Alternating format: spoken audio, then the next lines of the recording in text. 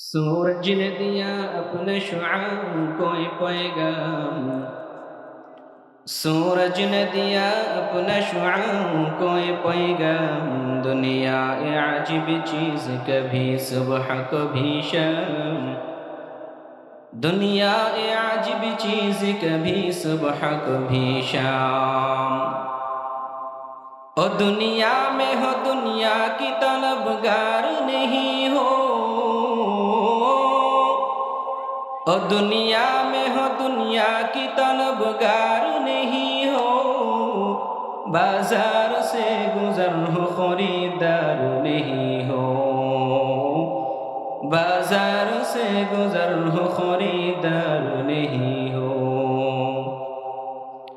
ऐ बंदा खुदा चाहोगर उनकी मुलाकात। ऐ बंदा खुदा चाहोगा उनकी मुलाकात। जल्दी से आ बैठे सुन हजरत की नसीहत। जल्दी से आ बैठे सुन हजरत की नसीहत।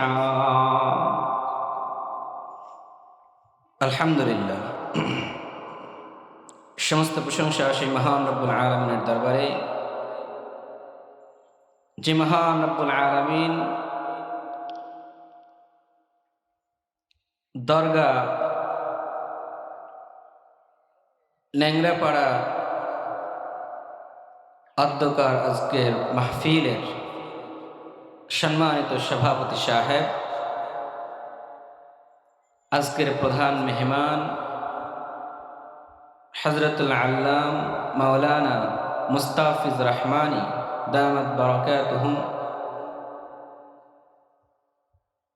আমার সামনে উপবিষ্ট মুরব্বী বাবাজিরা, যুবক ভাইয়েরা, স্নেহের কচিকাচা ছোট্ট ভাইয়েরা, পর্দার অন্তরালে অবস্থানরত শ্রদ্ধেয়া সম্মানিতা মা ও বোনেরা, লাখ কোটি শুকরিয়া সেই মহান রব্বুল আলামিনের, যে মহান রব্বুল আলামিন অত্যন্ত দয়া করে, মায়া করে, মহাব্বত করে, ভালোবেসে দিনের আজকের এই মাহফিলে দুনিয়ার সকল ব্যস্ততা থেকে ফারেক করে উপস্থিত হবার তৌফিক দান করেছেন। সেই মহান রব্বুল আলামিনের দরবারে সকলে একবার শুকরিয়া আদায় করি, সকলে বলি আলহামদুলিল্লাহ। মানবতার মুক্তির দূত, মুক্তির দিশারি, সৈয়দুল মুরসালিন, খাতামুন নবিয়্যিন, আকায়ে নামদার, মদিনাহ কা তাজদার আহমদ মুস্তাফা, সেই মহামানব, যেই মহামানব পুরো পৃথিবীব্যাপী ইসলামের শান্তির বার্তা ছড়িয়ে দেওয়ার জন্য জীবনে এমন কোনো কষ্ট নাই যে কষ্ট তিনি করেন। সকল ধরনের, সকল প্রকারের কষ্ট তিনি সহ্য করেছেন। সেই মহামানবের প্রতি অন্তরের অন্তঃস্থল থেকে দরুদ পাঠ করি, সকলেই বলি সাল্লাল্লাহু আলাইহি ওয়াসাল্লাম। দুনিয়াতে আমাদেরকে পাঠিয়েছেন কে? হাত তৈরি করেছেন কে? পা তৈরি করেছেন কে? কথা বলার শক্তি, জবান দান করেছেন কে? ভালো মন্দ পার্থক্য করার শক্তি, ব্রেইন দান করেছেন কে? পথ চলার শক্তির জন্য পা দান করেছেন কে? সব কিছু দান কার?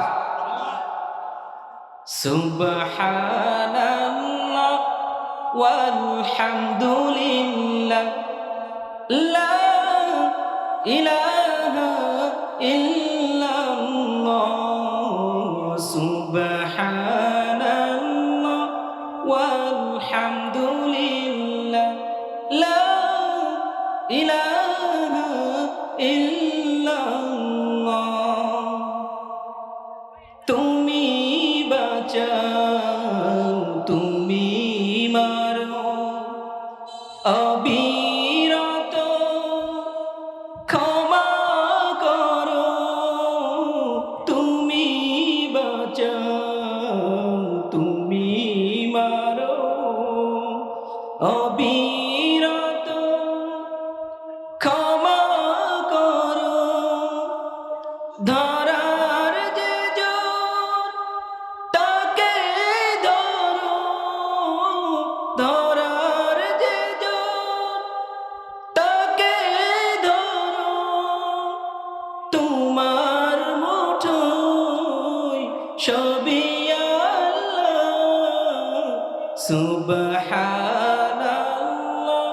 والحمد لله لا إله إلا الله سبحان الله والحمد لله لا إله إلا الله বলি মারহাবা চিৎকার করে বলি সুবহানাল্লাহ আলহামদুলিল্লাহ।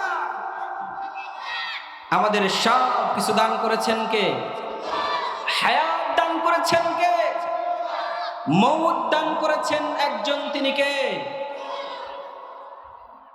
সব কিছুর দাতা একমাত্র আল্লাহ। ওই ইমানদার মুসলমান আল্লাহর গোলাম, পৃথিবীতে এত সুন্দর করে আল্লাহ তাআলা সৃষ্টি করলেন, হাতের জায়গায় হাত দিলেন, পায়ের জায়গায় পা দিলেন, চোখের জায়গায় চোখ দিলেন, কানের জায়গায় কান দিলেন, ব্রেন বুদ্ধি দান করলেন আল্লাহ। এত সুন্দর করে আল্লাহ তাআলা সৃষ্টি করলেন, আসমান বানাইলেন, জমিন বানাইলেন, চন্দ্র সূর্য বানাইলেন, পাহাড় পর্বত নদী নালা খাল বিল চন্দ্র সূর্য গাছপালা তরুণতা সব কিছু সৃষ্টি করলেন কে? সব কিছু সৃষ্টি করলেন আল্লাহ। কেন সৃষ্টি করলো জানো? জানো জানুনি বান্দা, আল্লাহ তাআলা সব কিছু এই জন্যই সৃষ্টি করলেন যাতে করে বান্দা একমাত্র গোলামি করে কার? ওই ইমানদার মুসলমান আল্লাহর গোলাম, সব কিছুর দাতা যেহেতু আল্লাহ, সব কিছুর সৃষ্টিকর্তা যেহেতু আল্লাহ, আমাদেরকে রিজিক দেন একমাত্র আল্লাহ, সব কিছু পালন করেন যেহেতু আল্লাহ, সুতরাং গোলামি করতে হবে একজনের, তিনি হচ্ছেন আমাদের আল্লাহ। বলেন ঠিক কিনা? বাংলাদেশের জমিনে আল্লাহ তাআলার নিয়ামত ভোগ করে, আল্লাহ তাআলার সব কিছু সৃষ্টি আমরা ভোগ করার পর শুধুমাত্র ব্যক্তিগত জীবনে আল্লাহ তাআলার আইন মানলে চলবে না, টুপি আর দাড়ির মধ্যে ইসলামকে সীমাবদ্ধ করে দিলে চলবে না।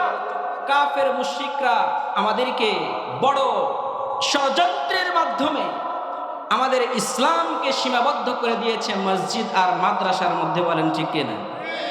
কথা বলেন ঠিক কিনা? আমাদের ইসলাম এখন সীমাবদ্ধ হয়ে গেছে মসজিদের মধ্যে, আমাদের ইসলাম সীমাবদ্ধ হয়ে গেছে মাদ্রাসার মধ্যে, আমাদের ইসলাম সীমাবদ্ধ হয়ে গেছে বার্ধক্য জীবনের মধ্যে। বলেন ঠিক কিনা? ইসলাম কি শুধুমাত্র মসজিদের জন্য আগমন করেছে? ইসলাম কি শুধুমাত্র মাদ্রাসার জন্য আগমন করেছে? ইসলাম শুধুমাত্র মসজিদের জন্য আগমন করে নাই, ইসলাম শুধুমাত্র মাদ্রাসার জন্য আগমন করে নাই। ইসলাম ব্যক্তিগত জীবনে, সামাজিক জীবনে, রাষ্ট্রীয় জীবনে প্রত্যেকটা ক্ষেত্রে ইসলামকে বাস্তবায়ন করতে হয়। বলেন ঠিক কিনা? ওই ইমানদার মুসলমান, বাংলার ইতিহাস আজকে আমরা ভুলে গেছি। বাংলাদেশ কেন স্বাধীন হলো? ইন্ডিয়া থেকে পাকিস্তান কেন আলাদা হয়েছে আপনারা কি জানেন? আজকে শাহবাগীরা, নাস্তিক মুরতাদরা আওয়াজ উঠায় বাংলাদেশকে মৌলবাদীরা তাদের মৌলবাদিত্ব কায়েম করার জন্য মৌলবাদীরা উঠে পড়ে লেগেছে। এই স্লোগান শাহবাগী নাস্তিক মুরতাদরা উঠায় না? উঠায় না? কথা বলেন, উঠায় না? উঠায় না? তাদের খুব ভালো করে জানা উচিত ইন্ডিয়া থেকে পাকিস্তান কেন আলাদা হয়েছিল। ইন্ডিয়া থেকে পাকিস্তান আলাদাই করা হয়েছিল একমাত্র এক গোষ্ঠীর জন্য, সেই গোষ্ঠীর নাম হচ্ছে মুসলমান। বলেন ঠিক কিনা? ইন্ডিয়া থেকে পাকিস্তানকে আলাদা করা হয়েছে মুসলমানের জন্য, মুসলমানদের জন্য পাকিস্তান আলাদা করা হয়েছে। আর এই পাকিস্তানি হানাদার বাহিনী যখন বাঙালির উপরে আক্রমণ নির্যাতন শুরু করেছে, তখন আমরা বাংলাদেশকে তাদের থেকে স্বাধীন করেছি। কিন্তু মনে রাখতে হবে, বাংলাদেশ আগে পাকিস্তানের মধ্যে ছিল, আর পাকিস্তান ভারত থেকে আলাদা করা হয়েছে একমাত্র মুসলমানদের জন্য। কাদের জন্য? সুতরাং নাস্তিক মুরতাদ হামান কামানদেরকে আমরা স্পষ্ট ভাষায় জানিয়ে দিতে চাই, মুসলমানের এই জমিনে, মুসলমানের এই মাতৃভূমিতে আল্লাহর আইন চলবে, আল্লাহর রাসূলের আইন চলবে, আল্লাহ তাআলার আইন মুরতাদ হামান কামান ইহুদি ইসরায়েলের এজেন্ডা বাস্তবায়নের জন্য বাংলাদেশে বিন্দু পরিমাণ সময় দেওয়া হবে না, বলেন ঠিক কিনা? কথা বলেন ঠিক কিনা? আমরা গত কয়েকদিন আগে থেকে লক্ষ্য করছি বাংলাদেশে জাতিসংঘের অফিস বানাতে চায়। কি বানাতে চায়? জাতিসংঘ চিনেননি? জাতিসংঘ চিনেন? জাতিসংঘ চিনেন না আপনারা? জাতিসংঘ যদিও তারা বলে মানবতার জন্য এই সংগঠন তৈরি করা হয়েছে পুরো বিশ্বব্যাপী, আমরা বলি এটা মানবতার জন্য নয়, এটা হচ্ছে মুসলমানদেরকে ধ্বংস করার জন্য জাতিসংঘ তৈরি করা হয়েছে, বলেন ঠিক কিনা? জাতিসংঘ বাংলাদেশে তাদের মানবাধিকার অফিস বানাতে চায়। আমরা স্পষ্ট ভাষায় জাতিসংঘকে জানিয়ে দিতে চাই, তোমাদের মানবাধিকার থাকে কোথায়? যখন আমাদের ফিলিস্তিনি ভাই বোন, আমাদের ফিলিস্তিনি মুসলমানদেরকে লক্ষ লক্ষ মা বোনদেরকে, বাচ্চাদেরকে যখন হত্যা করা হয়, নির্বিচারে গুলি করে মারা হয়, বোম্বিং করে মারা হয়, তখন তোমাদের মানবাধিকার থাকে কোথায়? মানবতা থাকে কোথায়? মানবতার নাম দিয়ে যখন যেই ভূমিতে তোমরা পা দিয়েছ, মানবতার নাম নিয়ে যখন ইরাকে পা দিয়েছ, ইরাককে ধ্বংস করে দিয়েছ, মানবতার নাম নিয়ে যখন আফগানিস্তানে পা দিয়েছ, আফগানিস্তানকে ধ্বংস করেছ, মানবাধিকারের নাম দিয়ে যখন তোমরা সিরিয়ায় পা দিয়েছ, সিরিয়াকে ধ্বংস করেছ, মানবতার নাম দিয়ে বাংলাদেশে পা দিয়ে বাংলাদেশকে ধ্বংস করার যদি ষড়যন্ত্র করো, 90-98% মুসলমানের এই দেশের মুসলমান জনতা, ইসলাম প্রিয় তৌহিদি জনতা তোমাদের চোখকে উপড়ে ফেলবে। যে আঙ্গুল বাংলার জমিনের দিকে তোমরা তাকাবে, যে আঙ্গুল তোমরা দেখাবে, সেই আঙ্গুল তোমাদের ভেঙে ফেলবে, তোমাদেরকে বাংলাদেশ থেকে বিতাড়িত করবে। বাংলাদেশে কোনো জাতিসংঘের স্থান দেওয়া হবে না, বলেন ঠিক কিনা? এই জাতিসংঘ যখনই যে মুসলমান রাষ্ট্রে পা দিয়েছে, তখনই সেই মুসলমান রাষ্ট্রটাকে ধ্বংস করে ছারখার করে ছেড়ে দিয়েছে। সুতরাং খুব সচেতন থাকতে হবে। আমরা অন্তর্বর্তীকালীন সরকার আমাদেরকে সব ছাড় দিয়ে দিয়েছেন, তার মানে এই নয় যে তারা গোপনে গোপনে ইহুদি খ্রিস্টানদের এজেন্ডা বাস্তবায়নে চুপ আছেন, কোশ্চিনকালেও তা নয়। বরং আমাদেরকে যেমন ভাবে তারা স্বাধীনতা দিয়ে দিয়েছে, তারাও স্বাধীনতা পেয়ে গেছে এবং কাফের মুশরিকদের এজেন্ডা বাস্তবায়ন করার জন্য গভীরভাবে তারা লেগে পড়েছে, বলেন ঠিক কিনা? এই ষড়যন্ত্র কখনোই সাকসেস হতে দেওয়া যাবে না। আল্লাহ তাআলা আমাদের প্রত্যেকটা মুমিনকে, আমাদের এই মাতৃভূমিকে সকল প্রকার ষড়যন্ত্র থেকে হেফাজত করেন। পড়েন আমিন। সকলে পড়ে আমিন, চিৎকার করে পড়ে আমিন। লিল্লাহি তাকবীর, লিল্লাহি তাকবীর। ইমানদার মুসলমান যুবক ভাইয়েরা আমার, আমাদেরকে খুব ভালো করে খেয়াল করতে হবে। আমাদেরকে আল্লাহ তাআলা অসংখ্য অগণিত লক্ষ কোটি কোটি নিয়ামত দিয়ে আল্লাহ তাআলা সৃষ্টি করেছেন। এই 3.5 হাত বডির মধ্যে আল্লাহ রাব্বুল আলামিন লক্ষ কোটি কোটি নিয়ামত এই 3.5 হাত বডির মধ্যে দান করে দিয়েছেন কে? মাথার চুল থেকে শুরু করে পায়ের নিচ পর্যন্ত লক্ষ কোটি কোটি নিয়ামত আল্লাহ তাআলা দান করেছেন। আল্লাহ তাআলা আমাদেরকে এত সুন্দর করে সৃষ্টি করেছেন। আল্লাহ রাব্বুল আলামিন আমাদেরকে কত কোটি কোটি নিয়ামত দান করেছেন। কুরআনুল কারীমের মধ্যে আল্লাহ রাব্বুল আলামিন স্পষ্ট ঘোষণা করেন, কুল লাউ কানাল বাহরু মিদাদান লিকালিমাতি রাব্বি লানাফিদাল বাহরু ক্বাবলা আন তানফাদা কালিমাতু রাব্বি ওয়ালাউ জিনা বিমিসলিহি মাদাদা। আমার আল্লাহ রাব্বুল আলামিন তার হাবিব মুহাম্মদুর রাসূলুল্লাহ সাল্লাল্লাহু আলাইহি ওয়াসাল্লামকে বলছেন, ও আমার হাবিব, আপনি আপনার উম্মতদেরকে শোনায় দেন, তাদেরকে বলে দেন, লাউ কানাল বাহরু মিদাদাল লিকালিমাতি রাব্বি। ও আমার উম্মতেরা, খুব ভালো করে শুনো, আমার রবের গুণগান বর্ণনা করার জন্য, আমার রবের গুণগান লিপিবদ্ধ করার জন্য পৃথিবীর জমিনে যতগুলো পানি আছে, যতগুলো সমুদ্র আছে, নদী আছে, নালা আছে, নদ নদী আছে, সব কিছুর পানি যদি এক জায়গায় করে সব পানিগুলোকে যদি কালি বানিয়ে দেওয়া হয়, আল্লাহ রাব্বুল আলামিনের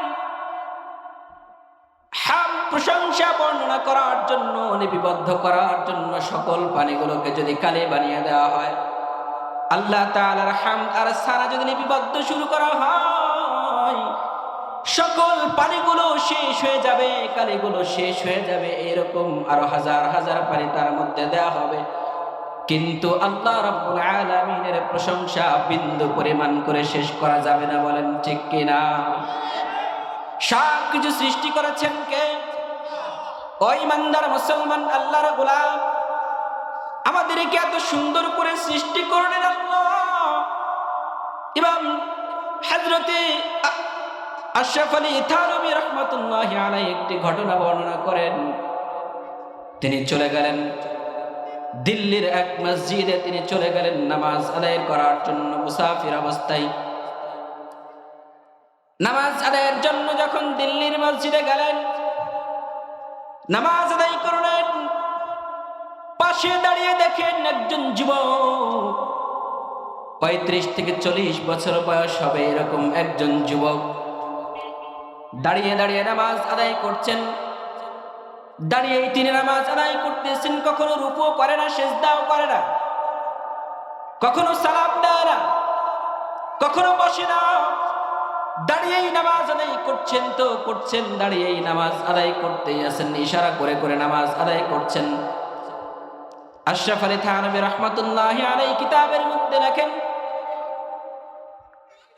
আশ্চর্য হয়ে গেলেন, যুবক একজন সুস্থ মানুষ, হাত দেখা যায় সুস্থ, পা দেখা যায় সুস্থ, ব্রেন বুদ্ধি দেখা যায় সুস্থ, সবকিছু সুস্থ।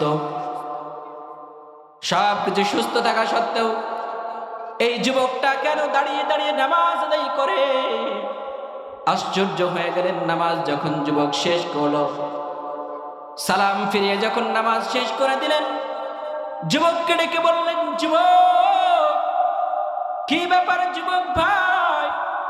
তোমাকে আমি লক্ষ্য করে দেখলাম, তুমি দাঁড়িয়ে দাঁড়িয়ে শুধুমাত্র নামাজ আদায় করছো, রুকুও করো না, সিজদাও করো না, বৈঠকও করো না, কিছুই করো না, শুধুমাত্র দাঁড়িয়ে দাঁড়িয়ে ইশারা করে নামাজ আদায় করছো। অথচ তোমার হাত দেখা যায় সুস্থ, তোমার পা দেখা যায় সুস্থ, তোমার ব্রেন বুদ্ধি সব কিছু দেখা যায় সুস্থ, তোমার শারীরিক সুস্থতা থাকা সত্ত্বেও তুমি দাঁড়িয়ে নামাজ আদায় করছো কেন? আমি একটু জানতে চাই।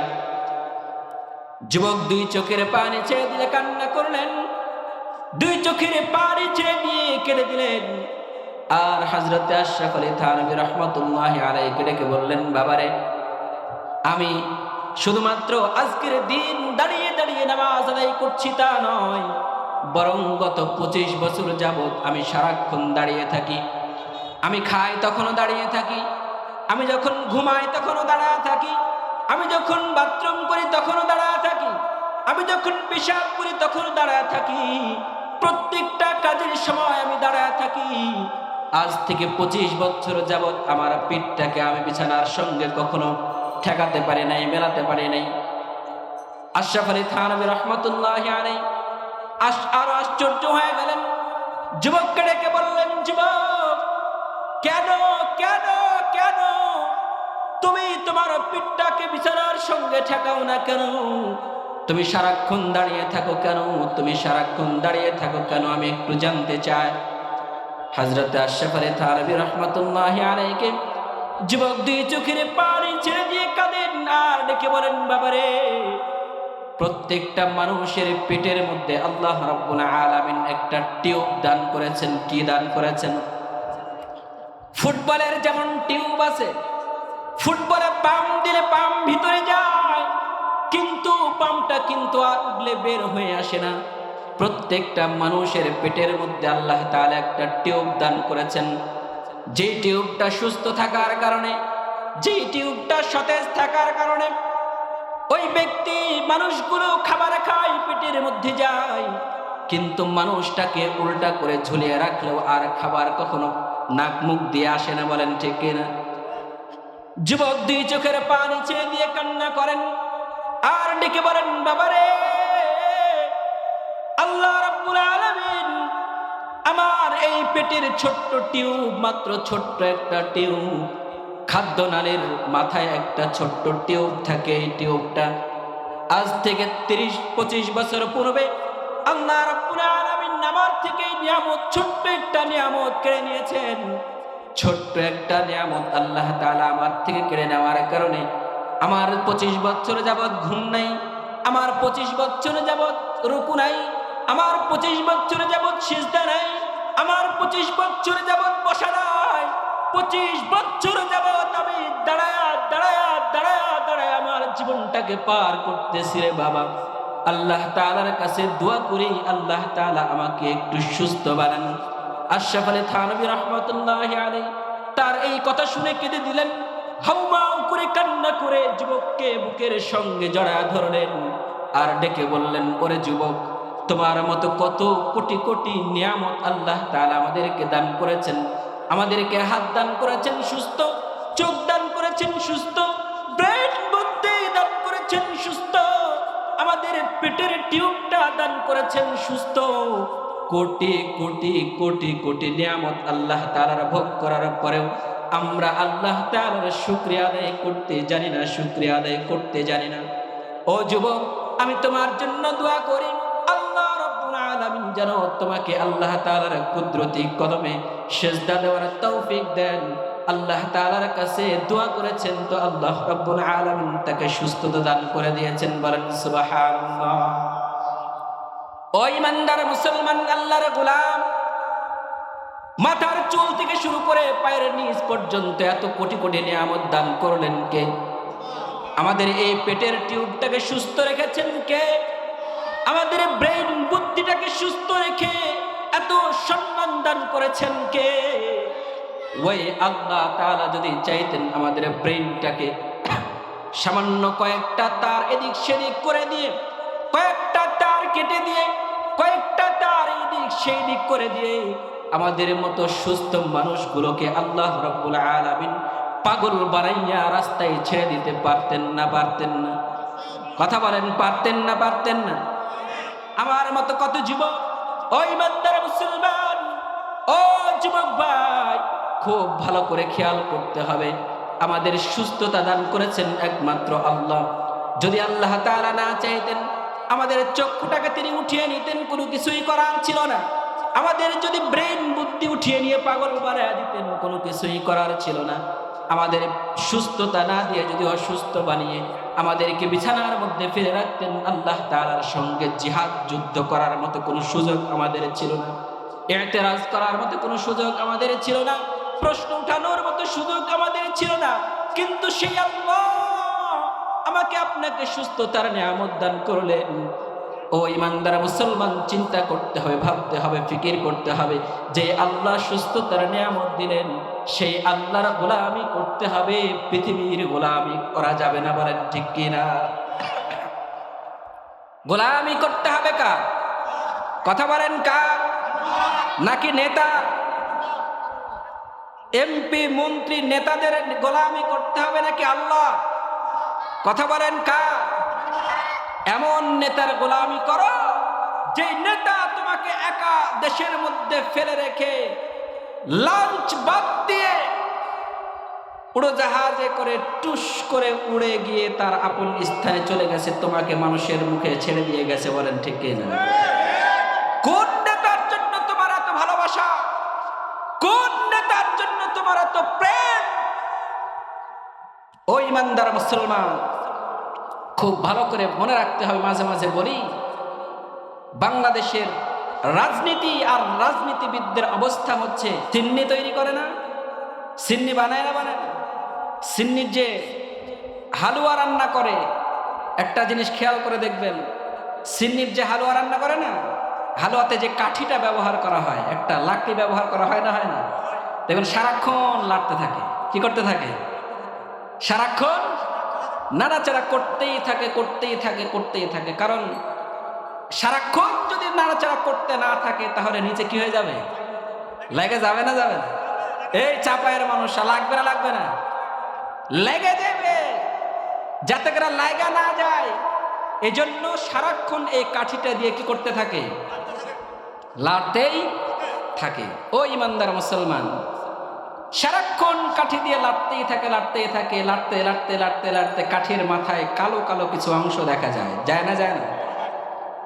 ও ইমানদার মুসলমান, এত লাড়তে লাড়তে লাড়তে লাড়তে লাড়তে লাড়তে যখন সিন্নি বানানো শেষ, যখন সিন্নি পরিপূর্ণ প্রস্তুত, তখন এই কাঠিটাকে সেই সিন্নির থেকে উঠিয়ে মুছে মুছে যেই ক্ষীরগুলো লেগেছিল সেগুলোকে তার থেকে আলাদা করে নেওয়া হয় না হয় না? কথা বলেন হয় না হয় না? বাংলাদেশের রাজনীতিবিদদের অবস্থা হচ্ছে এইরকম। বাংলাদেশের যারা নেতা, এই নেতারা সাধারণ যুবকদেরকে, সাধারণ মানুষদেরকে এই সিন্নির কাঠির মতো লাড়াতে থাকে। কি করতে থাকে? কথা বলেন। নাড়াতে নাড়াতে নাড়াতে নাড়াতে মার খাবে এই সাধারণ মানুষ, জেলে যাবে সাধারণ মানুষ, জেল খাটবে সাধারণ মানুষ, গুলি খাবে সাধারণ মানুষ, সব দুঃখ কষ্ট সহ্য করবে এই সাধারণ মানুষ। আর যখন মাঠ প্রস্তুত, যখন নির্বাচন শেষ, সাধারণ মানুষ সাধারণ মানুষের মতোই থাকবে। রেশন টেশন দুনিয়ার সব আয় ব্যয় করবে কারা? কথা বলেন। নেতারা। যদি সাধারণ একজন মানুষ গিয়ে বলে, নেতা আপনার জন্য তো আমি ওই কাজ করছিলাম, হ্যান করছিলাম, ত্যান করছিলাম, বলে তাকে গেট থেকে বের করো। বলে না বলে না? কথা বলেন, বলে না বলে না? ওই ইমানদার মুসলমান, কার জন্য এত প্রেম, কার জন্য এত ভালোবাসা, কার জন্য এত জান প্রাণ উজাড় করে দিয়ে দিনের পর দিন, রাতের পর রাত, মাসের পর মাস পুরো জীবনটা বিসর্জন করে দিচ্ছি? কার জন্য? যেই নেতা দুনিয়াতেই সামান্য বিপদের সামনে রেখে আমাকে চলে যায়, দুনিয়ার সামান্য বিপদের সম্মুখীন করে আমাকে চলে যায়, সেই নেতার জন্যই বুঝি আমার এত ভালোবাসা। অথচ জনাবে মুহাম্মদুর রাসূলুল্লাহ সাল্লাল্লাহু আলাইহি ওয়াসাল্লাম কাল কিয়ামতের দিন যখন কিয়ামত কায়েম হয়ে যাবে, হাসর কায়েম হয়ে যাবে, সেই কঠিন দিনেও যখন প্রত্যেকটা মানুষ ইয়া নফসি করতে থাকবে, প্রত্যেকটা মানুষ, প্রত্যেকটা নবী ইয়া নফসি করতে থাকবে, সেই কঠিন দিনেও যেই নবী, যেই রাসূল, যেই আল্লাহর হাবিব, যে আমাদের প্রিয় নবী আমাকে আপনাকে ভুলে যাবেন না, ইয়া উম্মতি করতে থাকবে, একজন উম্মতকে জাহান্নামে ফেলে রেখে তিনি জান্নাতে যাবেন না, সেই নবীর জন্য আমাদের ভালোবাসা দেখানোর সময় নাই। সেই নবীকে যখন গালি দেওয়া হয় তখন আমার মধ্যে রক্তক্ষরণ হয় না, অথচ আমার নেতাকে গালি দিলে আমি সহ্য করতে পারি না। পূর্বের ইতিহাস আছে না নাই? কথা বলেন, আছে না নাই? অনেক সময় আমরা দেখেছি নেতাকে তো গালি দেয়া দূরের কথা, শুধুমাত্র নেতার ব্যাপারে ওয়াজ মাহফিলে কথা বলতে গিয়ে বক্তাদেরকে মাহফিলের মঞ্চ থেকে উঠিয়ে দেওয়া হয়েছে। বলেন ঠিক কিনা? কোথায় তোমাদের পাওয়ার? কোথায় তোমাদের দাপট?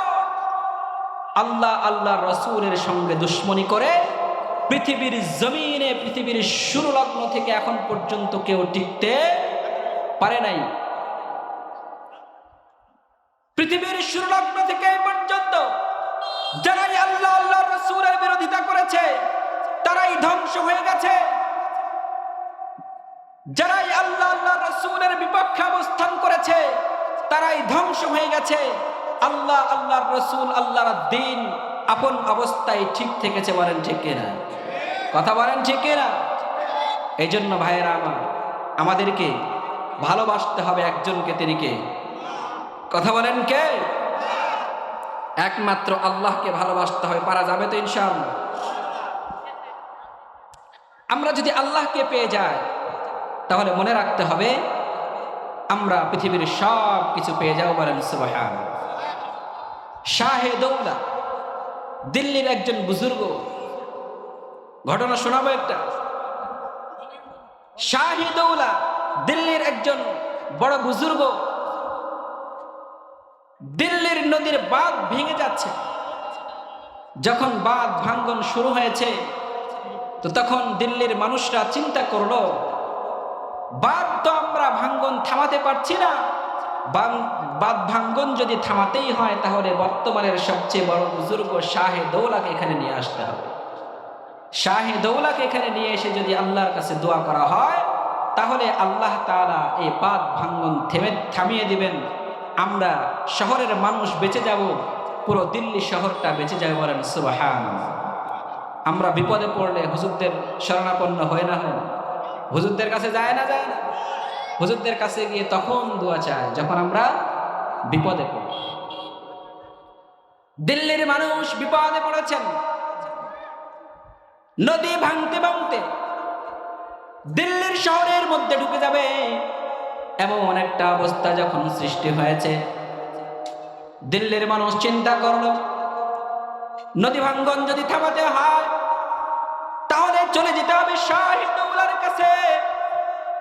তার কাছে গিয়ে তাকে যদি আমরা কোনোভাবে বুঝিয়ে বাজিয়ে আমাদের এখানে নিয়ে আসতে পারি, দোয়া করাতে পারি, বাঁধ ভাঙ্গন থেমে যাবে আর বাঁধ ভাঙবে না। বলেন সুবহানাল্লাহ। শাহিদৌলাকে নিয়ে আসা হলো। যখন শাহিদৌলাকে নিয়ে আসলেন, শাহিদৌলা সেইখানে সেই নদীর পারে তিনি প্রথমেই ডাক দিয়ে বললেন, একটা কুদাল নিয়ে আসো। কুদাল কি নিয়ে আসবে?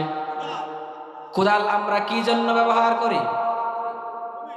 কুদাল আমরা কি জন্য ব্যবহার করি? মাটি কাটার জন্য আমরা কুদাল ব্যবহার করি, ঠিক কিনা? শাহিদৌলা ডেকে বললেন, ও দিল্লির মানুষ, যাও যাও যাও, বাড়ির থেকে কার বাড়িতে কুদাল আছে কুদাল নিয়ে আসো। মানুষরা তো আশ্চর্য হয়ে গেলেন, কুদাল তো ব্যবহার করা হয় মাটি কাটার জন্য, আমরা তো শাহিদৌলাকে নিয়ে এসি কাটান থামানোর জন্য, বাঁধ ভাঙ্গন থামানোর জন্য। শাহিদৌলা তিনি কুদাল নিয়ে আসতে কেন বলছেন? তারপরেও একজনকে পাঠালেন, যুবক যাও কুদালটা নিয়ে আসো। কুদাল যখন নিয়ে আসলেন, যেই পাশ দিয়ে নদীর বাঁধ ভাঙতেছে তিনি মাটি কেটে কেটে নদীর মধ্যে ফালা দিচ্ছে। বলেন সুবহানাল্লাহ। মানুষ আশ্চর্য হয়ে গেলেন। শাহিদৌলাকে ডেকে বললেন, বুজুর্গ, আপনাকে তো আমরা এখানে নিয়ে আসলাম, বাঁধ ভাঙ্গন থামানোর জন্য নিয়ে আসলাম, আপনি তো দেখি বাঁধ আরো ভেঙে দিচ্ছেন, আরো কেটে কেটে নদীর মধ্যে মাটি ফালা দিচ্ছেন। শাহিদৌলা ডেকে বলে, জিধার মাওলা উধার শাহিদৌলা, যেই দিকে আছে আমার আল্লাহ সেই দিকে আছি আমি শাহিদৌলা।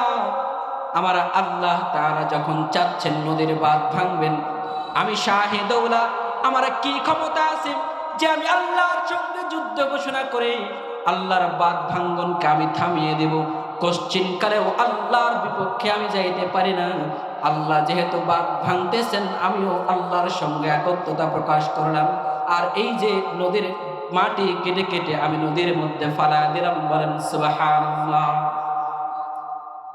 আল্লাহ রাব্বুল আলামিন ফেরেশতাকে ডেকে বলে, ফেরেশতা যাও যাও, যেখানে আমার শাহিদৌলাকে নিয়ে আসা হয়েছে বাঁধ ভাঙ্গন থামানোর জন্য, এক ছটাক মাটি যেন আর ভেঙ্গে নদীর মধ্যে না পড়ে। ফেরেশতাকে আল্লাহ রাব্বুল আলামিন পাঠিয়ে দিলেন। আল্লাহ রাব্বুল আলামিনের অর্ডারে সঙ্গে সঙ্গে নদীর বাঁধ ভাঙ্গন থেমে গেল।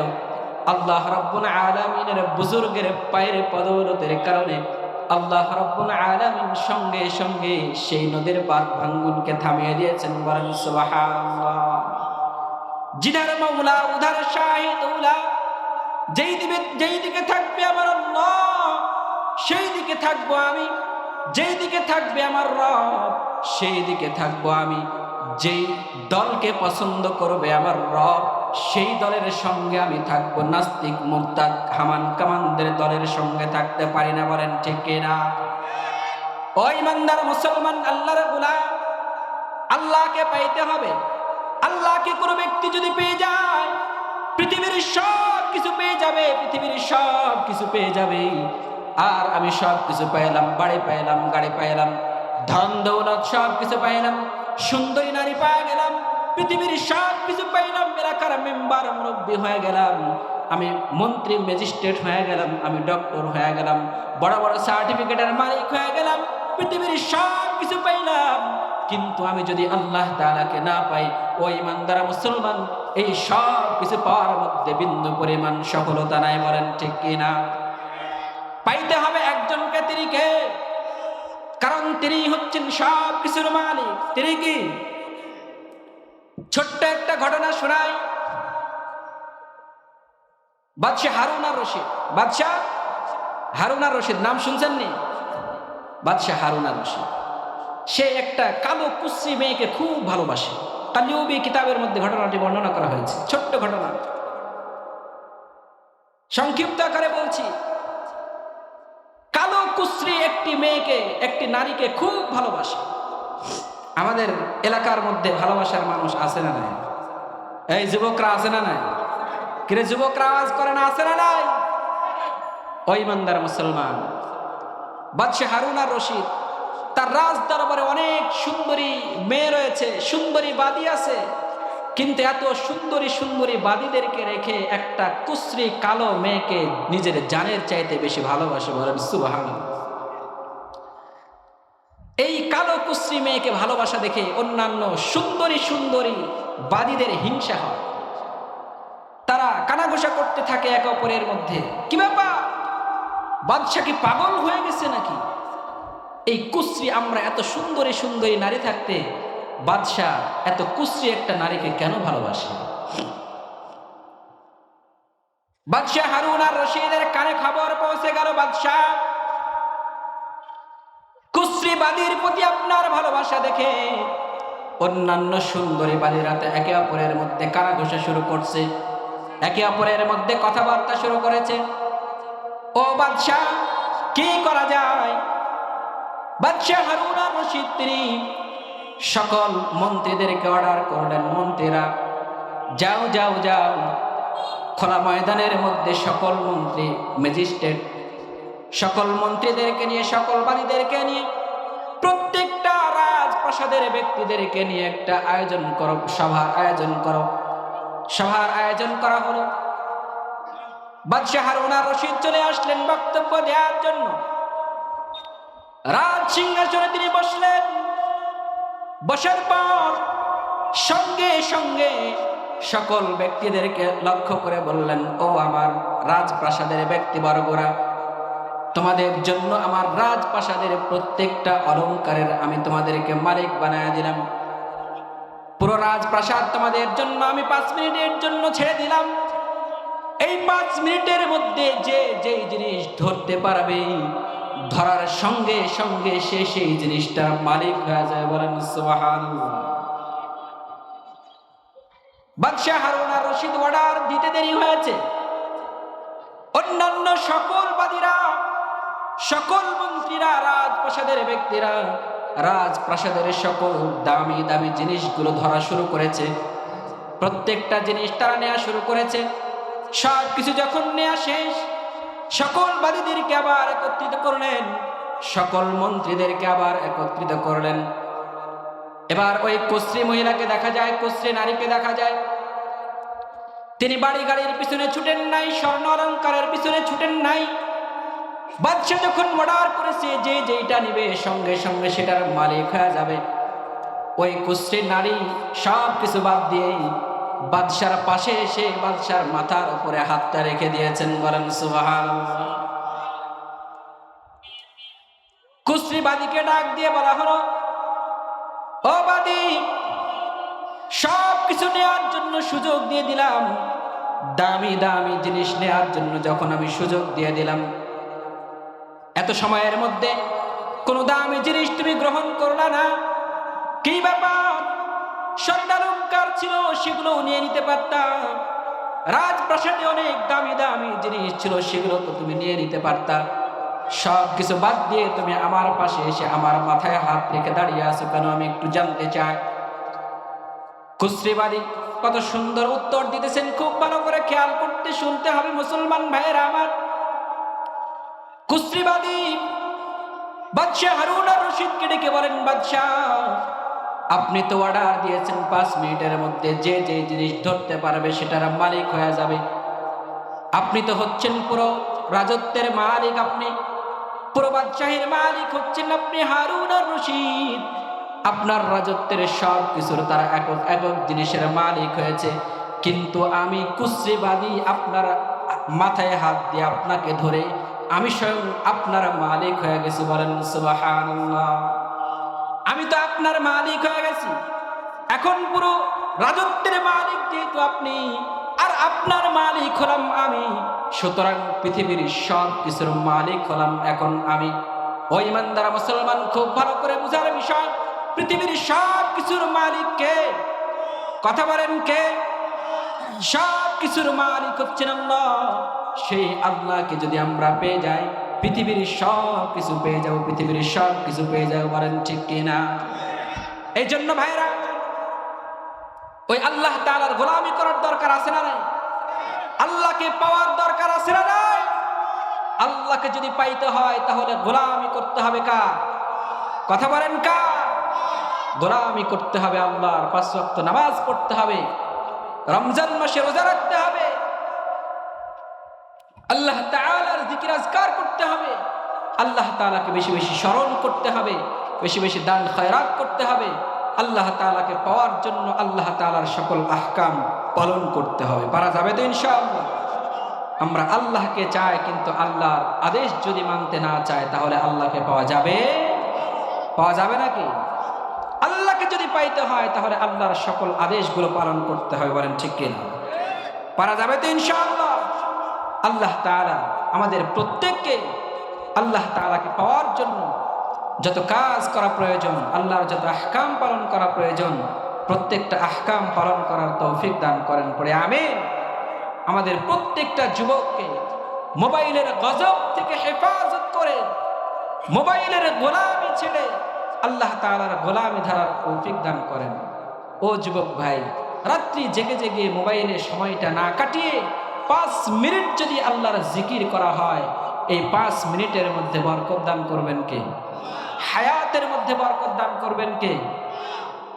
আল্লাহ তাআলা আমাদের প্রত্যেকটা যুবক ভাইকে দ্বীনের জন্য কবুল করেন। যুবক ভাইয়েরা আমার, খুব ভালো করে আমাদেরকে খেয়াল করতে হবে, সচেতন থাকতে হবে। বাংলাদেশ সহ বিশ্বের মুসলিম কান্ট্রিগুলোকে নিয়ে ইহুদি খ্রিস্টানরা বড় ষড়যন্ত্রে লিপ্ত। মুসলমানদেরকে ধূলিসাৎ করে দেওয়ার জন্য, ধ্বংস করে দেওয়ার জন্য কাফের মুশরিকরা বড় ষড়যন্ত্রে লিপ্ত।